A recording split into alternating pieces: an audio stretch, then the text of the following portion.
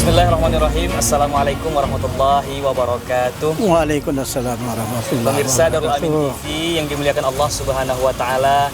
Pada hari ini tepat pada pelaksanaan PKA 2024 di daerah perbatasan Darul Amin, kami di sini telah ditemani oleh sosok putra terbaik Aceh Tenggara, pendiri daerah perbatasan Darul Amin, juga mantan Bupati Kabupaten Aceh Tenggara periode tahun 1991 hingga 2001. Bapak Dr. Andes Haji Sahabuddin BPMM. Apa kabar Bapak? Alhamdulillah baik-baik, sehat-sehat. Alhamdulillah, semoga selalu dalam lindungan Allah Subhanahu wa taala. Amin, amin ya rabbal alamin. Jadi Pak, siang hari ini kami sebenarnya ingin sedikit mengulik sejarah dari pandangan Bapak tentang daerah perbatasan Darul Amin ini, Pak. Iya. Pada masa itu kira-kira apa tujuan dan dasar utama pembangunan daerah kita ini, Pak? Ya, sebetulnya kalau kita bisa kilas balik kepada riwayat terpikirnya membangun pesantren atau daerah perbatasan ini, itu lahir dari arahan Bapak Gubernur Aceh pertama, Pak Profesor Ali Hasmi. Tahun 1996 kami mengadakan muzakarah Lembaga Adat Kebudayaan Aceh di Jakarta. Beliau dinginapkan Bapak Gubernur, waktu itu Gubernur kita Pak Ibrahim Hasan, menginapkan di Hotel Indonesia. Ketika duduk-duduk sebelum berangkat menuju tempat muzakarah, saya mendatangi beliau, mengucap salam kepada beliau. Terus beliau memberikan petunjuk, daerahmu itu Polan, daerah perbatasan, ya boleh kita katakan dengan orang yang jauh berbeda akidah dengan kita. Jadi sebagai benteng, membentengi akidah kita, jangan ada intervensi dari pihak luar.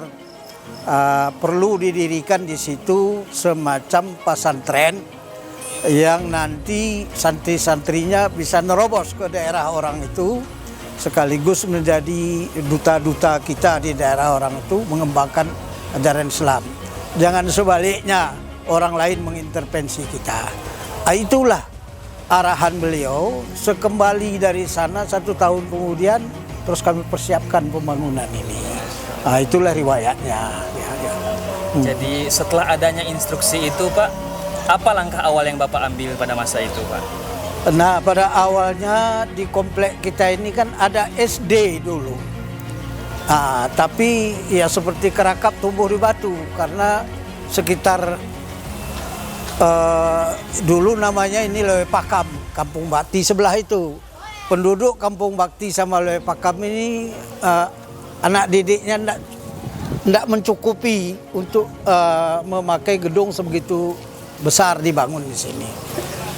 Jadi oleh karena itu, dengan adanya petunjuk dari Pak Profesor Ali Hasmi almarhum itu, kita persiapkan ini. Kita ganti pembangunan SD itu di bawah sana, ada SD bertingkat di bawah. Jadi itulah langkah awal. Tapi karena kita membutuhkan tenaga yang banyak dalam bidang konstruksi, makanya waktu itu ya STM pertama dianukan di sini. Kita terima sebagai anunya, tapi ya kita kombinasikan dengan mata pelajaran agama yang kuat, supaya ya tenaga-tenaga konstruksi ini punya keimanan, punya benteng di tubuhnya, tidak mudah diumbang-ambingkan oleh pengaruh-pengaruh duniawi yang tidak menguntungkan itu. Itulah langkah pertama dulu. Ya. Berarti kalau boleh tahu ini, Pak, ini adalah kunjungan keberapa setelah yang terakhir kali, Pak? Kalau dulu masa saya aktif itu hampir 3 bulan sekali saya berkunjung kemari. Karena waktu itu kan ya santri-santri kita yang dididik dalam bidang teknik ini, dia perlu arahan, perlu tambahan fasilitas, alat las mengelas, alat ketam mengetam. Itu yang kita datangkan kemari ya melalui dinasnya. Kita programkan melalui dinasnya, Dinas Perindustrian daerah ini. Kita minta mereka memprogramkan, dia membantu pesantren ini penyediaan fasilitas untuk itu. Nah, jadi itulah dulu makanya si Juanda Sodo itu dia kan orang lulusan S1 dari teknik. Nah, itu makanya dia diangkat dulu sebagai pimpinan pertamanya dulu di sini. Sesudah itu berkembang, ditambah SMP. Karena ada beberapa SD di sekitarnya, termasuk dari seberang sana dari Lepakam pun lebih dekat dia kemari daripada Kemar Dinding sana SMP kan.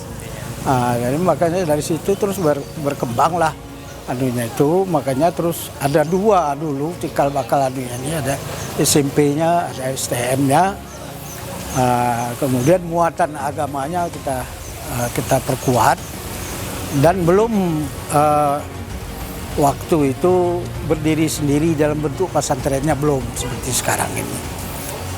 Cuman ya sekolah umum tapi kita perkuat ilmu agamanya, begitu waktu itu idenya. Iya. Jadi Pak, setelah menyaksikan daerah perbatasan Darul Amin di bawah pimpinan Dr. Andus Mukhlisin Deski, setelah melaksanakan kegiatan, apa kesan Bapak sejauh ini Pak tentang daerah kita sekarang?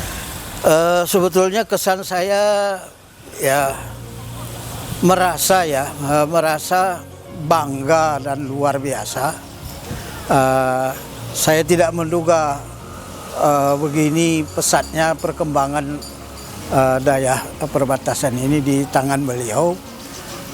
Saya lihat tadi dari atraksi yang ditampilkan itu mengalahkan atraksi yang dibuat pemerintah kabupaten kemarin di kota itu untuk 17 Agustus kemarin. Karena saya hadir lebih awal, saya hadir daripada pejabat-pejabat trust daerah ini di lapangan itu. Makanya saya melihat dari awal sampai kanunya itu, termasuk acara pokoknya itu, acara penggerekan bendera dan lain-lain sebagainya. Sebetulnya kalau tidak diikuti TNI Polri di sana sudah jauh kalah dari Darul Amin. Jadi kesan saya ini perkembangan daerah ini di tangan beliau ini luar biasa maju pesat. Kita berdoa supaya ya tadi beliau ulang tahun kan, dia panjangkan Tuhan umur, lebih lama lagi bisa membina santri-santriwati kita di sini, khususnya membina umat Islam di daerah kita inilah. Kalau bisa bukan hanya untuk Aceh Tenggara saja, beliau unggul kalau bisa di Aceh dan Indonesia kalau bisa. Ya, itu doa kita. Jadi mudah-mudahan Allah memberikan berkahnya kepada kita semua. Apa yang kita dambakan ini bisa jadi kenyataan ke depan. Tadi dalam sambutan saya juga saya mengingatkan supaya jangan sampai di tingkat level SLTA saja. Kalau bisa merambah terus ke perguruan tinggi. Sebelah kita ini ada gedung hebat nih, bantuan orang Turki dulu. Apa salahnya, karena ini pun ya memang di bawah kuasa pemerintah provinsi. Ini pun begitu. Ya. Tinggal menggelitik aja sedikit di provinsi jadi saya perhitungkan jadi. Ya. Jadi mungkin ini pertanyaan terakhir kami Pak. Iya. Apa pesan-pesan Bapak untuk kami di daerah perbatasan Darul Amin yang berjuang di sini Pak? Saya berpesan supaya yang sudah mampu kita wujudkan ini sedapat mungkin dipelihara terus, bahkan dikembangkan ke tingkat yang lebih maju lagi.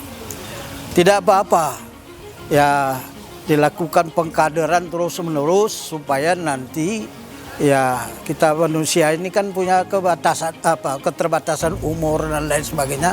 Kaderisasi itu menjadi penting. Makanya yang sudah dilakukan sekarang, pengkaderisasi yang ada sekarang, teruskan. Bila perlu, kalau mampu nanti lebih banyak lagi setiap tahun kirim kader-kader kita keluar. Ya, karena walau bagaimanapun ilmu itu penting. Masyarakat yang tidak berilmu itu masyarakat tertinggal. Apalagi di zaman milenium ini.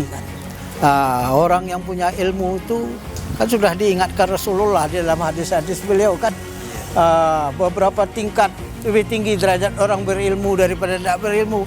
Ini yang harus kita perhatikan dan kita manfaatkan sebaik-baiknya supaya ke depan lebih menggelembung lagi kemajuan pesantren Dayah Perbatasan Darul Amin ini, insya Allah ya. Insya Allah, alhamdulillah dengan wejangan Bapak, dengan hadirnya Bapak di sini telah menambah semangat di diri kami lagi untuk maju baik ke depannya, Pak. Amin, insya Allah. Jadi mungkin saya terima kasih, Pak. Baik, terima kasih banyak baik. atas waktu Bapak. Terima kasih. Sekian pemirsa Darul Amin TV. Terima kasih. Assalamualaikum warahmatullahi wabarakatuh. Waalaikumsalam warahmatullahi wabarakatuh.